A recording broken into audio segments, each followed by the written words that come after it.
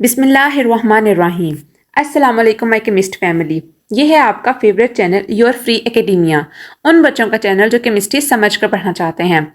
रट्टे वालों के लिए है कोई और चैनल। सब बोलें 10 time my passion my chemistry. Now study time starts.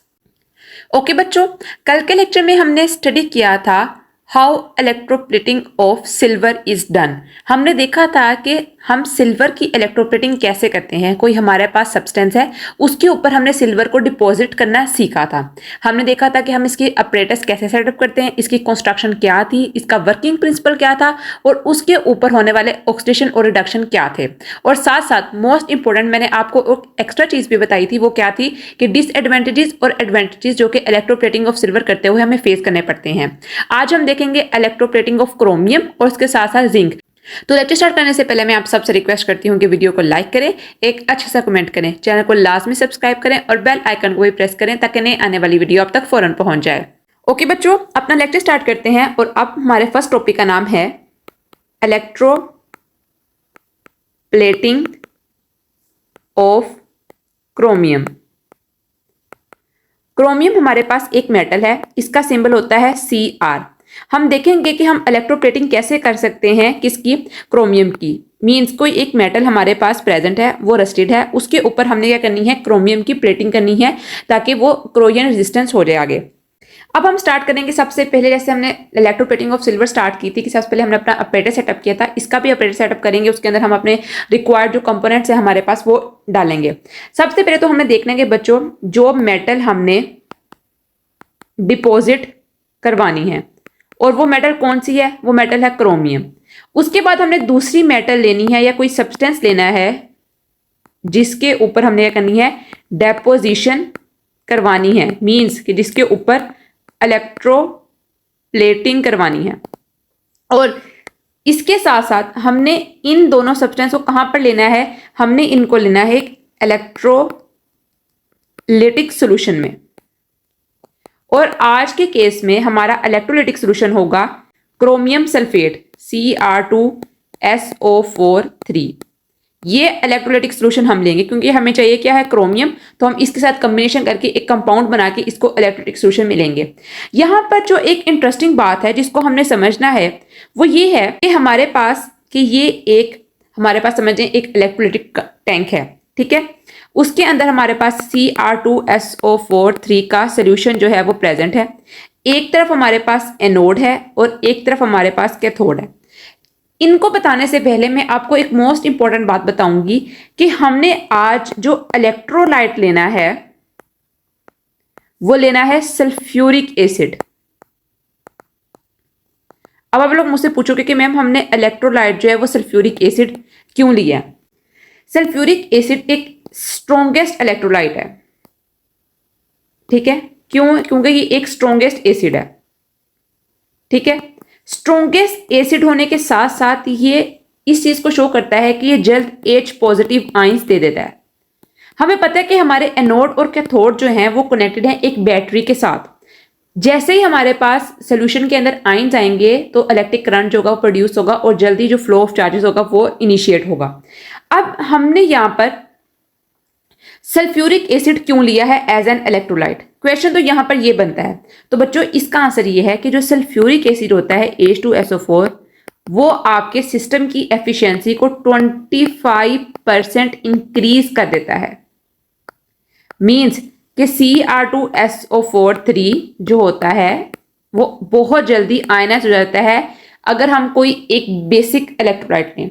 Sulphuric acid specifically एक स्पेशल इलेक्ट्रोलाइट है जिसको हमने इसके लिए लिया है क्योंकि ये हमारी एफिशिएंसी को, हमारे जो प्रोसेस है इलेक्ट्रोलाइटिंग का प्रोसेस है इलेक्ट्रोप्लेटिंग का, इसको इंक्रीज कर देता है 25% तक। लेकिन अगर आप कोई बेसिक इलेक्ट्रोलाइट ले रहे हो तो ये इंक्रीज करता है 13% तक। कोई बेसिक ले रहे हो, कोई भी आम सा जो होता है वो आपका इंक्रीज करेगा, काम करेगा 13% पे। जैसे ही लेकिन आप सल्फ्यूरिक एसिड लोगे तो वो आपका इंक्रीज कर देगा अप टू 7%, 25% तक जो होगा वो आपका इंक्रीज हो जाएगा, वर्क डन इंक्रीज कर जाएगा।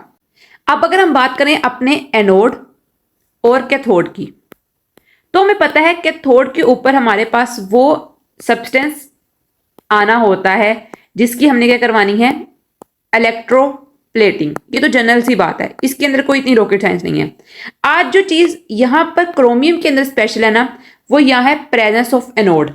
एनोड हमने यहां पर आज कौन सा लेना है बच्चों? आज हम यहां पर एनोड क्रोमियम का नहीं लेंगे, क्योंकि क्रोमियम जो होता है वो बहुत ज्यादा सॉफ्ट होता है और वो बहुत जल्दी सोल्यूबल हो जाता है। तो हम कोई ऐसा एनोड तो लेंगे नहीं कि जो जल्दी सोल्यूबल हो जाए। हमने जब भी कोई एनोड लेना है तो हमने ऐसा एनोड लेना है जो कि इनसोल्यूबल हो, लेकिन जो क्रोमियम है वो सोल्यूबल हो जाता है। हम क्रोमियम को एज अ एनोड नहीं लेंगे। इसके लिए जो हम एक स्पेसिफिक सब्सटेंस लेंगे उसका नाम है antimonial lead. Antimonial lead basically ये हमारे पास एक अलॉय है। इसके अंदर 94% हमारे पास लेड होता है, जबकि 6% इसके अंदर एंटीमनी होता है। ठीक है, अब इसको लेने का पर्पस क्या है? इसको लेने का पर्पस ये है कि ये एक रिजिड और डेंस एनोड के तौर पर एक्ट करता है, एक इनसॉल्युबल एनोड के तौर पर एक्ट करता है। ठीक है, इसलिए आसानी से हमारे पास जो क्रोमियम आयंस हैं वो सोल्यूशन में जाते हैं, मतलब कि आयनाइज होते हैं और जाके कैथोड के ऊपर डिपोजिट हो जाते हैं। अगर जो हमारे पास एनोड है वो क्रोमियम का बना होगा तो वो बहुत जल्द क्या करेगा, एनोड भी सोल्यूबल हो जाएगा। तो हमारे पास हमारा इलेक्ट्रोप्लेटिंग जो एक इलेक्ट्रिक सेल है वो मुकम्मल तौर पर डिस्ट्रॉय हो जाएगा। तो इसलिए हम क्या प्रेफर करते हैं? हम इसलिए प्रेफर करते हैं कि हम एंटीमोनियल लेड लें, जो कि एक अलॉय है। ठीक है, उसके अंदर 94% लेड है और 6% उसके अंदर एंटीमनी है। ओके बच्चों, हमने अपना अपरेटस देख लिया। हमने देख लिया कि एनोड और कैथोड प्रेजेंट है और हमें डेफिनेटली पता है कि एनोड कनेक्टेड है पॉजिटिव टर्मिनल ऑफ बैटरी के साथ और कैथोड कनेक्टेड है नेगेटिव टर्मिनल ऑफ बैटरी के साथ। अब जब इलेक्ट्रिक करंट पास हुआ है तो क्या हुआ है, जो Cr2SO43 है मींस क्रोमियम सल्फेट है, वो आयनाइज हो जाता है in the presence of water. हमने वाटर को भी एक इलेक्ट्रोलाइट के तौर पर लिया। वाटर भी प्रेजेंट है क्योंकि जब हमने सोल्यूशन प्रिपेयर किया है किसका, सल्फ्यूरिक एसिड का, Cr2SO43 का, तो सारी बात है हमने उसके अंदर थोड़ी सी क्वांटिटी वाटर की भी ऐड की है, तो वाटर भी हमारे पास इस रिएक्शन के अंदर प्रेजेंट होगा। तो जो क्रोमियम सल्फेट है वो स्प्लिट अप हो जाता है अपने आयंस के अंदर। किस तरह? 2Cr3 positive plus 3SO4 2 minus के अंदर, सल्फेट आयंस के अंदर और क्रोमियम आयंस के अंदर, ये स्प्लिट अप हो गया। अब जो सल्फेट आयंस है ना वो दोबारा रिएक्शन में जाते हैं। ठीक है, मिलते हैं हाइड्रोजन के साथ और अपना रिएक्शन H2SO4 दोबारा बनाकर, और ये रिएक्शन होता रहता है। जो क्रोमियम होता है ना हमारे पास, ये मूव कर जाता है किसकी तरफ? कैथोड की तरफ। अब कैथोड की तरफ जा करना, वहां पर हमारे पास ना ऑलरेडी क्या होता है, इलेक्ट्रॉन्स आए होते हैं। वो इलेक्ट्रॉन्स कहां से आते हैं? वो इलेक्ट्रॉन्स आते हैं हमारे पास एनोड से, क्योंकि एनोड के ऊपर जो है वो हमारे पास वाटर जो होता है वो क्या कर रहा होता है, वाटर ऑक्सीडेशन कर रहा होता है। कैसे? 4OH goes to O2 plus 4E negative plus 2H2O। अब वहां पर एनोड के ऊपर हमारे पास इलेक्ट्रॉन्स आ जाते हैं। अब ये जो इलेक्ट्रॉन्स होते हैं ना हमारे पास, ये Cr3 पॉजिटिव के साथ मिलते हैं और कहां जाके डिपॉजिट हो जाते हैं? ये जाके डिपॉजिट होते हैं कैथोड के ऊपर। इलेक्ट्रॉन्स जाते हैं किसकी तरफ? जाहिर बात है, हमें पता है कि इलेक्ट्रिक सेल के अंदर किस तरह मूवमेंट होती है, एनोड से कैथोड। जो अब इलेक्ट्रॉन्स हमारे पास एनोड के ऊपर प्रेजेंट हैं वो जाते हैं कैथोड की तरफ। अब क्रोमियम को ऑटोमेटिकली पता चल जाता है कि नहीं, मेरा रास्ता कहां पर है? कैथोड के पास। मुझे तो डेफिशिएंसी है इलेक्ट्रॉन्स की, तो ये जाता है कैथोड के पास और वहां जाके क्या करता है, इलेक्ट्रॉन्स को एक्सेप्ट कर देता है और डिपॉजिट हो जाता है किसके ऊपर? जो रिस्पेक्टिव हमारे पास मेटल होते हैं जिसकी हमने क्या करानी होती है, इलेक्ट्रोप्लेटिंग। ये हमारे पास जनरल प्रोसीजर है किस चीज का? इलेक्ट्रोप्लेटिंग ऑफ क्रोमियम का। The electroplating of chromium is carried out in the same way as that of silver.